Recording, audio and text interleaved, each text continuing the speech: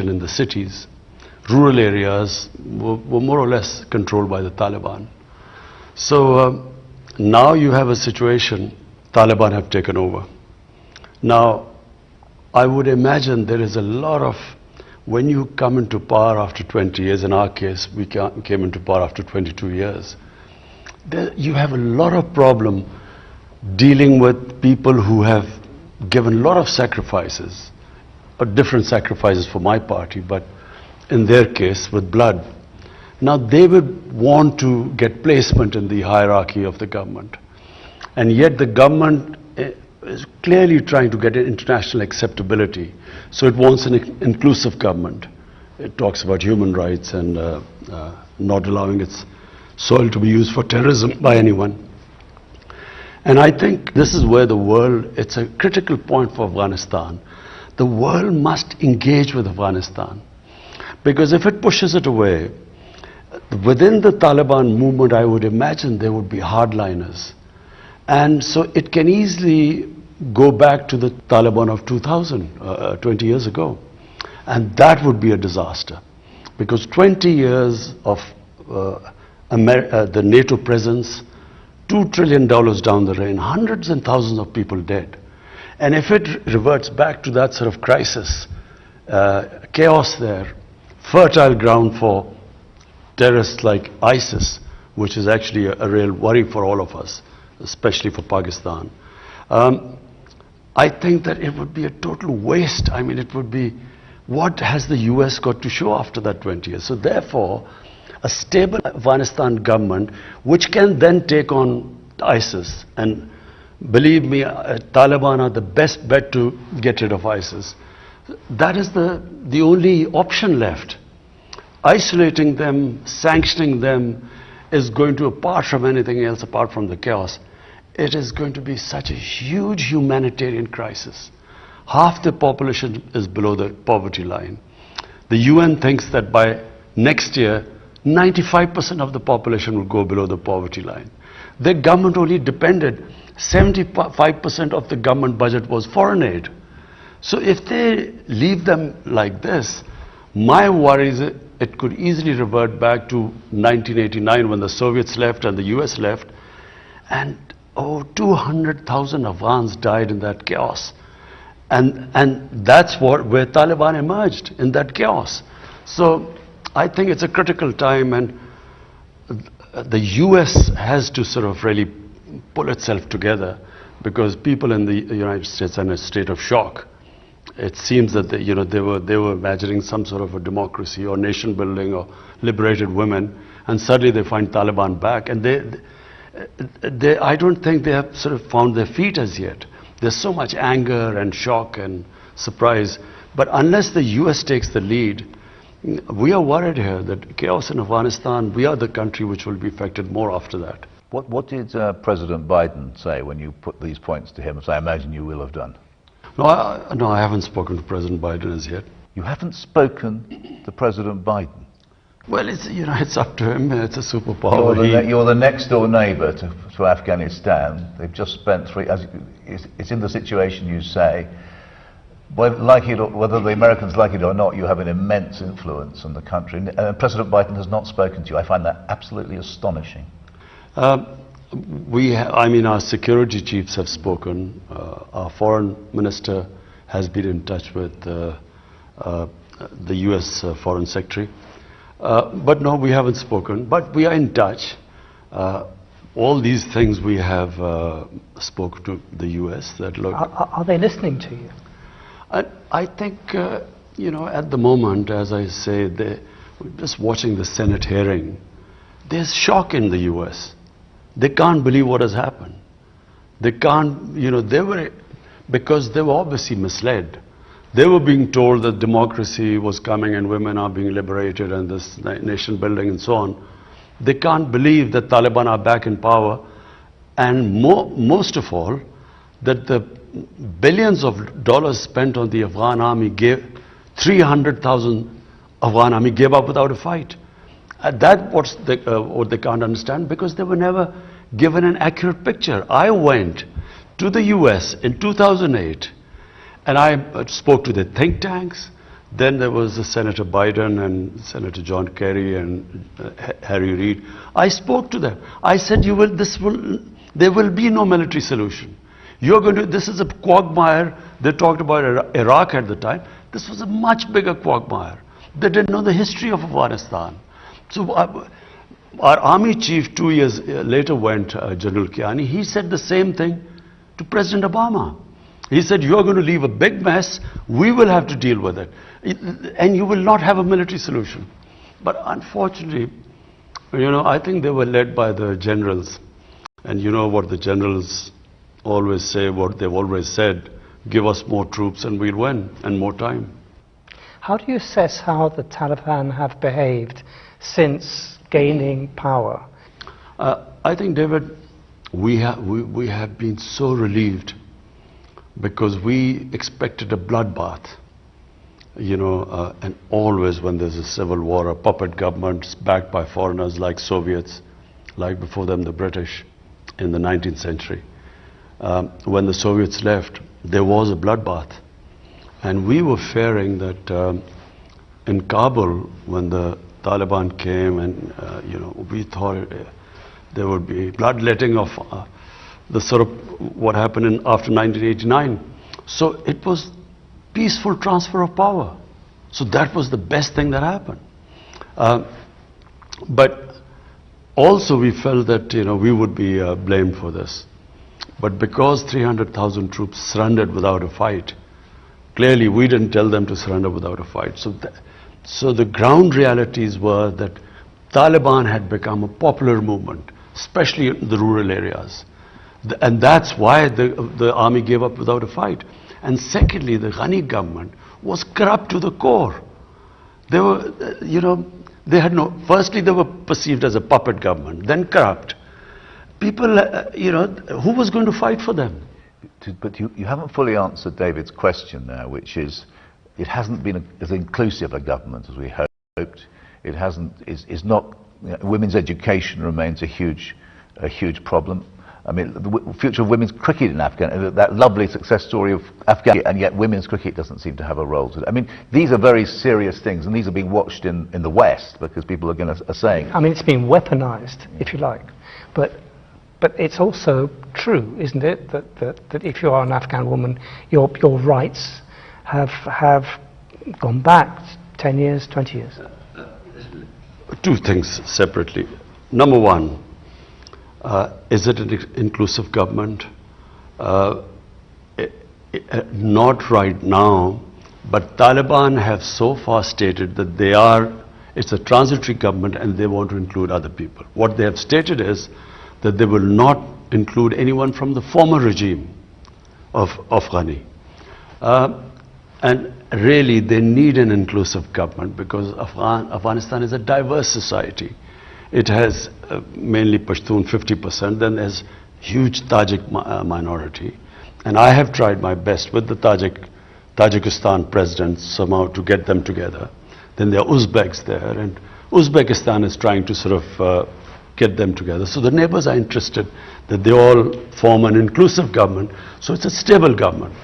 About women's, please remember, Kabul, the women always had, the culture in Kabul for women was different to the rural areas.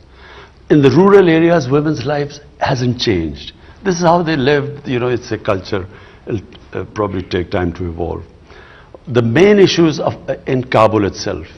And Kabul, if you went there 50 years ago, the Kabul culture was different to the rest. Now, my contention is that rather than forcing Taliban, to do this and include so and give the women, they have said that they will give women education. They have said that they will allow them to go to jobs in the Islamic culture. I don't think they should be pushed to the point where there is clearly within the Taliban sort of the ground soldiers, who have a certain concept. You don't want to push them to a point because they don't have such clear leadership who can order them. And so I would imagine they would have problems from within. So give them time. They have made the right statements. We have no other option. What else are we going to do? If we sanction them, you know, there's going to be the biggest humanitarian crisis in Afghanistan. Chaos there. So the best is to incentivize them to walk the talk, what they are saying, incentivize them. But if you force them, I would imagine the nature of the people is such that they will push back and they will, you know, it will be counterproductive. Can I move on to the Pakistan? I mean, on the flight over, I was rereading your wonderful book you wrote 7 or 8 years ago, Pakistan, in which you made the observation that once the Americans left, that was basically the cause of the instability, and then things would settle down naturally. The Americans have left, but have they settled down naturally? The TTP is a problem in Pakistan now, isn't it? It hasn't been solved by the departure of the Americans. Well, let's put it in perspective. What was TTP? TTP were Pashtuns along on the Pakistan side of the border. You know, just for the viewers, Taliban is a Pashtun movement. There are about 45 to 50% Pashtuns in Afghanistan. On the Pakistan side of the Durand Line, which was made by the British, are twice as many Pashtuns. But what is called the tribal area was the border area on the other side of Afghanistan. There were the Pashtun tribes, and there was actually no border. The Durand Line was never accepted. They used to move back and forth. Now we have fenced the border, but there was nothing there. Now, when the US invaded Afghanistan, they removed the Taliban. The Pashtuns on this side were completely sympathetic with the Pashtuns, not because of the religious ideology, but because of Pashtun ethnicity and nationality, which is very strong. So they turned against Pakistan. When we became an ally of the US, they called us collaborators, and they then started attacking the Pakistan state and started calling themselves Pakistani Taliban, which we hadn't had before we joined the alliance. So at one point there were 50 different groups called themselves Taliban attacking us. There were 16,000 terrorist attacks inside Pakistan. 80,000 Pakistanis died. So as the American footprint decreased, so did this movement. The motivation went down because no longer were we collaborators, and now clearly we are no longer collaborators because we are not allying ourselves with anyone which is fighting the Pashtuns. So the motivation has gone down. Now we are trying to talk to those who can be reconciled because it's from a position of strength. I always believe, all insurgencies eventually end up on the dialogue table, like the IRA, for instance. So now, from a position of strength, we want to talk to them. Because in Afghanistan, the Afghan Taliban have assured us they will not allow them to attack us from Afghanistan side, which the previous government did. RAW, which was the Indian agency aligned with the Afghan intelligence agencies, they helped them conduct attacks. One was the biggest attack against the Chinese nationals here. So now, because the Taliban won't allow them, we now have talked to them who we can reconcile and give up their arms and live as normal citizens. So that's what we're trying. And the ones who, then obviously the government will take action. I thought the TTP had been solved as a problem, and it's re-emerged, hasn't it, since the fall of Kabul? No, the TTP was always, it had been pushed out of Pakistan. We conducted a huge operation. I've been there. I've seen it. In North Waziristan. And I very much remember presenting a wreath to the 5,000 or more martyrs who fought in that terrible conflict.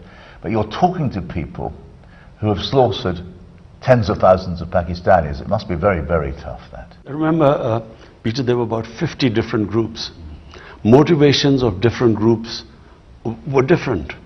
A lot of these TTP were because of the collateral damage. In the Pashtun culture, in the code of honor, if a family member is killed by someone, they have to take revenge. And to take revenge, they used to join the other side. And there were 480 drone attacks in our tribal areas. Imagine the collateral damage that caused. And secondly, the military operations in our tribal area. Whenever army goes into civilian areas, there's collateral damage. In my opinion, in Afghanistan, the Afghan Taliban, one of the Afghan ambassadors told me here, he said most of the Taliban in Afghanistan who became Taliban were because of the collateral damage, night raids, aerial bombardment. Exactly the same situation was here. What is your view of the American use of drones now in Afghanistan? I think it is the most insane way of fighting terrorism. How do you, I mean, doing a drone attack in a village, mud huts, and expecting that there won't be other casualties. And a lot of times the drone attacks targeted the wrong people, on wrong information. As we saw immediately after the fall, that terrible event immediately after the liberation or the fall, how you carried it. Well, Peter, one of the reasons which sparked off, there were two attacks which sparked off insurgency, so-called Pakistan Taliban. One was in 2004 where they bombed some people who they thought were militants but were actually our own tribal people. And the next day they bombed the funeral where there were a lot of people gathering, and that's what sparked off anger there. Then they bombed, killed 80 people and said that they were all terrorists. They announced that they had killed 80 people. Turned out they had bombed a school and 80 children had been killed. So, and then a few days later, one of the parents then did a suicide attack in one of our army academies and killed 50 recruits. So this is how, I've been there, yeah. And this is how it just multiplied. So, you know, the more collateral damage, the militants grew. And exactly same thing happening, night raids, you know, humiliations, going into people's houses, not knowing their culture, and then aerial bombardment. So the Americans say to you, can we have a base in Pakistan to launch attacks on ISIS? What will you say? I think that they don't need a base here because we do not want to be part of a conflict again. Pakistan was the biggest collateral damage of Afghanistan. By joining the US, no country paid such a heavy price as us. 80,000 Pakistanis died. Our economy was devastated. $150 billion lost to the economy. It was called the most dangerous place in the world. Cricket teams refused. Investors refused to come. Our currency lost half its value by 2008. So 3.5 million people internally displaced. We suffered because of that. And then rather than being appreciation for this, a country which had nothing to do with 9/11, which paid such a heavy price, we were actually scapegoated. Even now in the Senate hearing, they talk about Pakistani safe havens. There were 480 drone attacks. I mean, they see everything. They even spotted vehicles down there. How would they not spot these safe havens? So, you know, I thought we were very unfairly scapegoated for, you know, what was obviously clearly a big failure in Afghanistan. What role do you expect China to play in Afghanistan, and how would you typify Pakistan's relationship with China now? David, the Pakistan-China relationship is 70 years old. And it is probably one relationship which has stood the test of time. I mean, in all our ups and downs, China stood with us. You know, in all different, when I'm talking about these drone attacks and the terrorism in Pakistan because we joined the US, I mean, our economy, our debt in 10 years, 2000 to 2018, it went up 4 times. From the total debt accumulated till 2008. In the next 10 years, it went up 10 times. So, who was the country that came to help? We were going belly up. It was China who helped us. And so, therefore, our relationship in that sense, people remember, you always remember those who help you in your difficult times. It does. Why? The Uyghurs. I mean, there's no question that you are a senior Muslim leader, global. and you have been silent about what, at the very least, is a serious suppression of a Muslim minority in a neighbouring country. Why is that? You see, Peter, I find these selective pronouncements on human rights, I think it is so immoral. Now, China is one neighbor, the other neighbor is India. In Kashmir, there are 900,000 troops who've put 8 million Kashmiris in an open prison.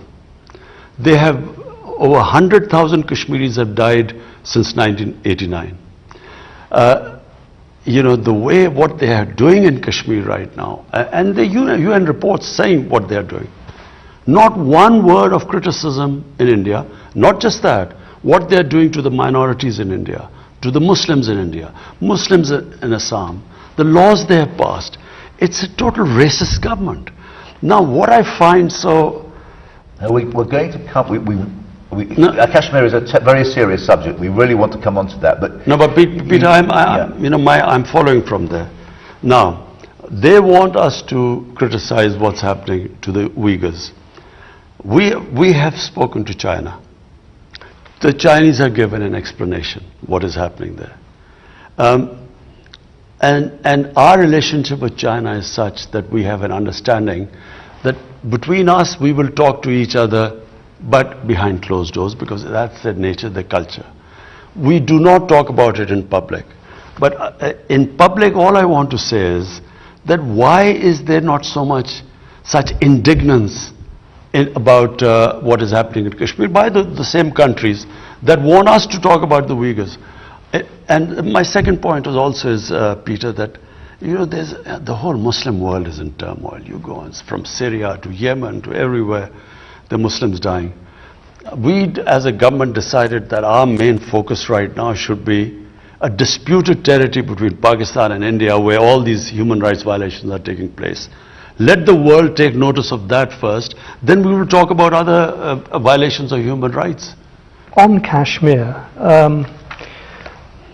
the world seems to regard Kashmir as a Pakistan national interest, and you regard this as above all as a human rights issue. How can you separate the two agendas and get the world to focus on what's actually happening in India-controlled Kashmir? You see, David, Kashmir was a disputed territory between Pakistan and India, and this was confirmed by 2 United Nations Security Council resolutions, which said that the people of Kashmir will be allowed through a plebiscite under the UN auspices to decide whether they want to be part of India or Pakistan. Now that right was never given to them. But worse, in 2019, 5th August, they had the special status until this right of self-determination was given to them. They took away the special status. And they clamped down on them by sending these 90,000 troops there, and basically Kashmir is an open prison. Now, our problem is that we are not now talking about it as a territorial issue. We are simply talking that allow the Kashmiris, and we in Pakistan have given them the other option. They don't have to come either to Pakistan or India, just their right, democratic right, if they want to be an independent country. So this is where it is. India, clearly the ball lies in Indian court. What do they do now? They cannot indefinitely have put these people in an open prison. Because having taken this step, I don't know what they expected. They are now trying to change the demography of Kashmir by bringing settlers from outside, which was also in the constitution provision prevented this from happening, that settlers would not be allowed to settle in Kashmir. And then the Geneva Convention, it states clearly that you cannot change the demography of an occupied country. Until that status is clear whether they're part of India, you can't change the demography. So they are actually trying to convert them from Muslim majority to a minority. How dangerous a situation? It's been rather forgotten because so much else has been going on. But how here we have two nuclear powers at odds with each other, and there's fighting almost all the time, isn't there, at a low level? You know, how dangerous a situation is Kashmir? Peter, if you look at the flashpoints, probably the nuclear flashpoint right now in the world is Pakistan, India. Because nowhere else is there such a situation, where there are two nuclear armed countries who've had 3 wars before they were nuclear armed. So we haven't had a war since then, so because of the deterrent. I think as a 13-year-old you wanted to join up, didn't you, in 1960? I still remember. 65, yes. I still remember that. But I feel that, you know, we had this little skirmish when there was a suicide bomb which went off in Kashmir. Indian soldiers were killed, and they blamed us. We kept saying that we will give us any evidence, and we will hold those responsible. We will take them, but have them punish us, even give them to India. Rather than giving us evidence, they bombed us. Fortunately, there was no loss of life, so you know, Pakistan also retaliated, again bombed somewhere, and then they shot down an Indian plane. So in that situation, I mean, I as a chief executive felt it could have gone anywhere. We immediately returned the pilot, you know, was shot down, to cool down things, because once two nuclear armed countries get into the situation like we did, it can go anywhere. So I think I actually addressed the United Nations too, and told them that, look, you came into being to stop this sort of thing. There's an unresolved issue. It's your own Security Council resolution. In East Timor, the people were given the right, they passed a resolution, they were given a right to decide the destiny, plebiscite, they became independent. Why not Kashmir? And unfortunately, it's because of once, you know, if you're big enough, you have a huge market for other goods, that gives you the leverage actually to get away with, you know, which East Timor could not get away with. Can I ask you, all this seems incredibly familiar to Palestinians, what's happening to Indian-controlled Kashmir.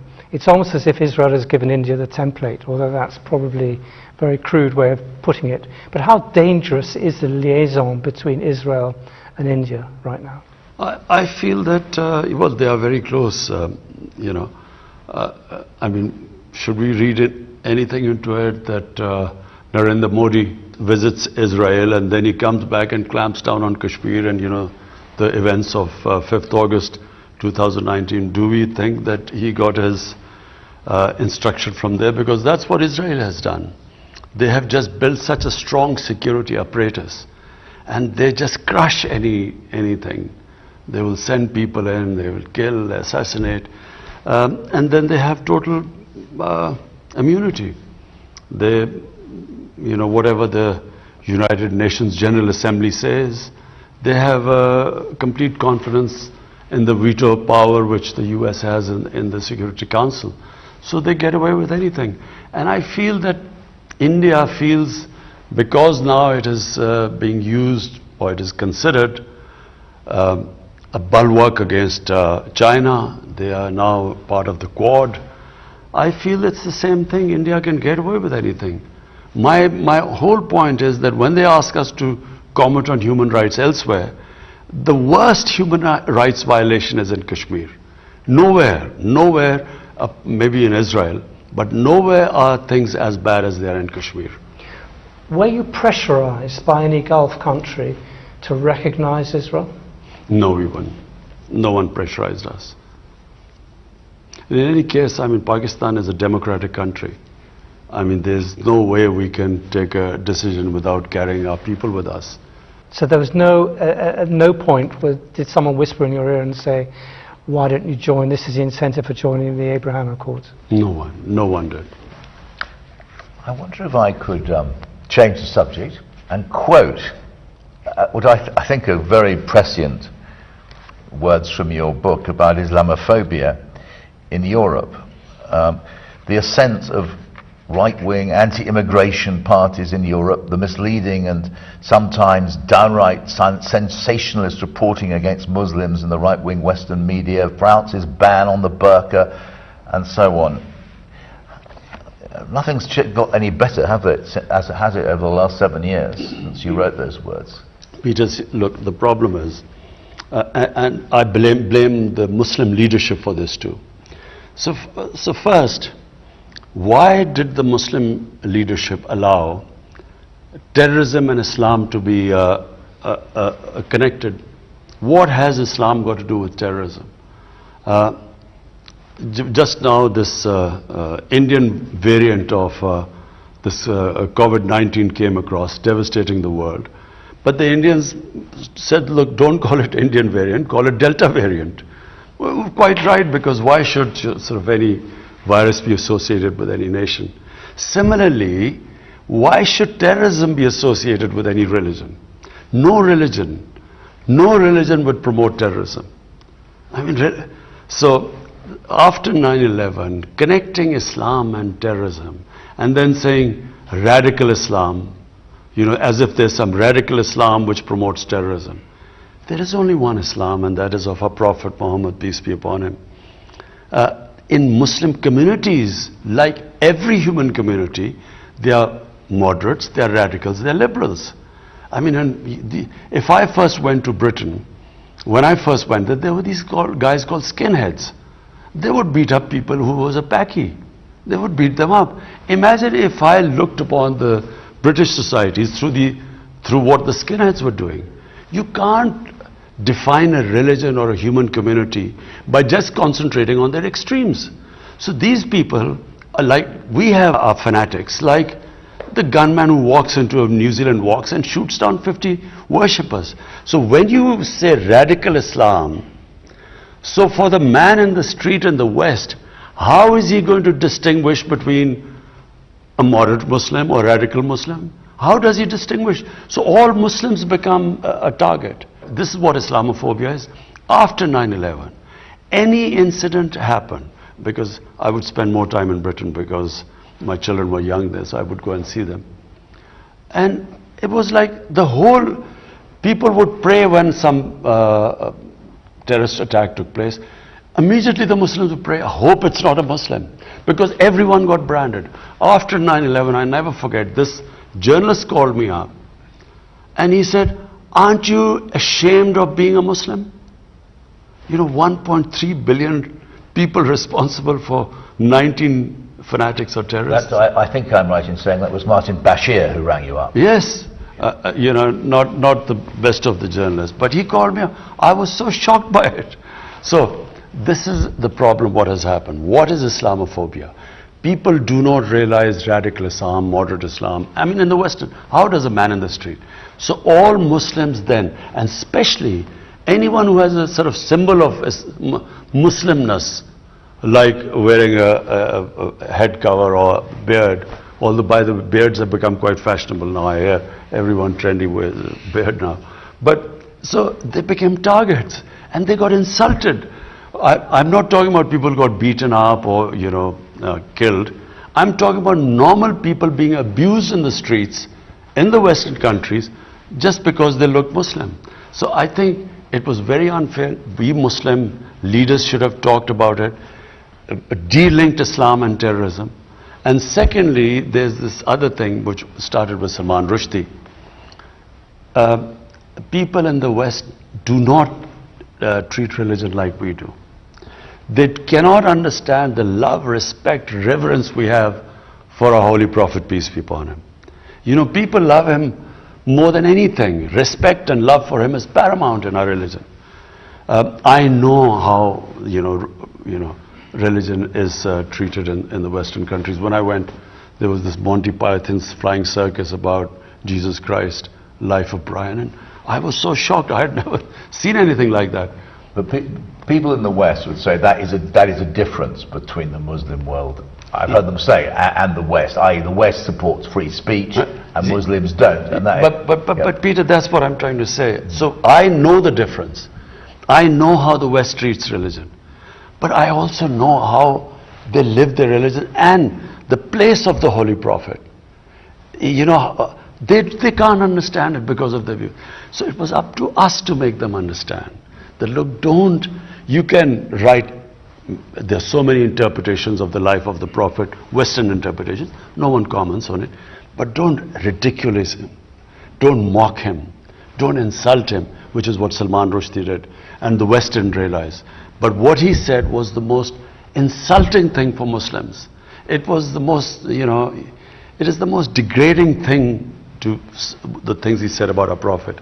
Therefore, it was a question of we Muslim leaders should have explained to the West that, look, you know, just like, and I quote this, Holocaust, it caused a lot of pain to the Jewish community.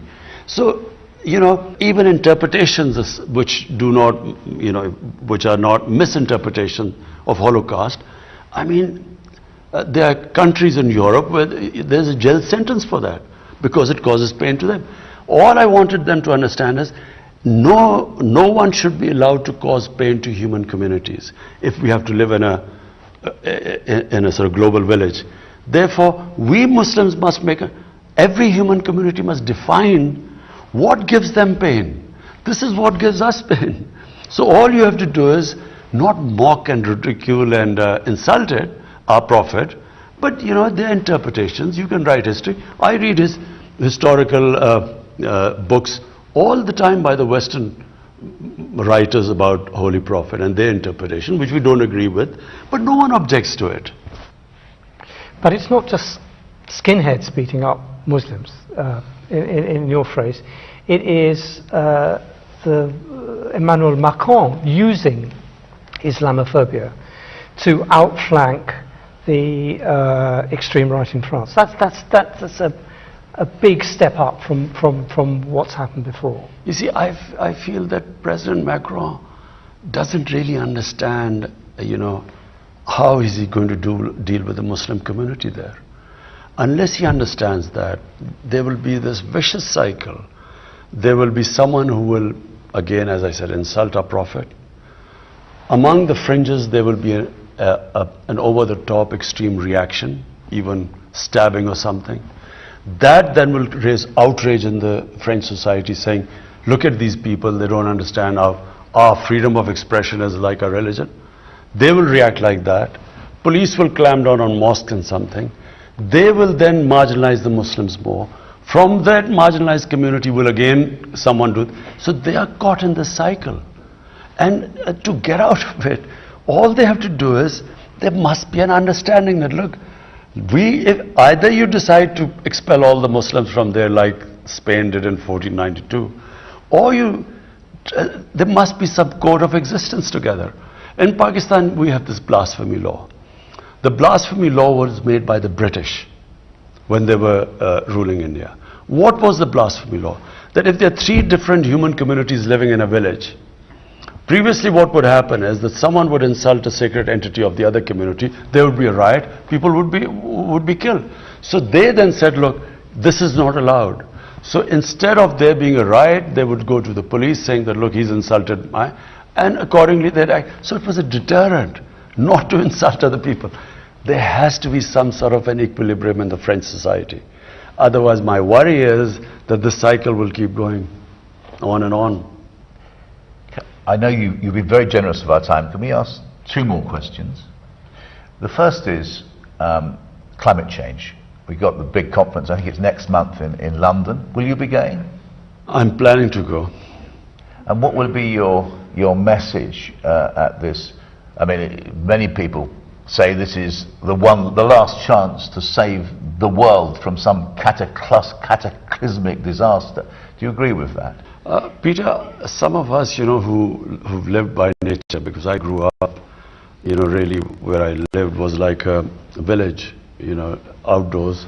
It's now almost central Lahore. It is now. Zaman Park. It is. You can't sit outside. It's like on the edge of a motorway.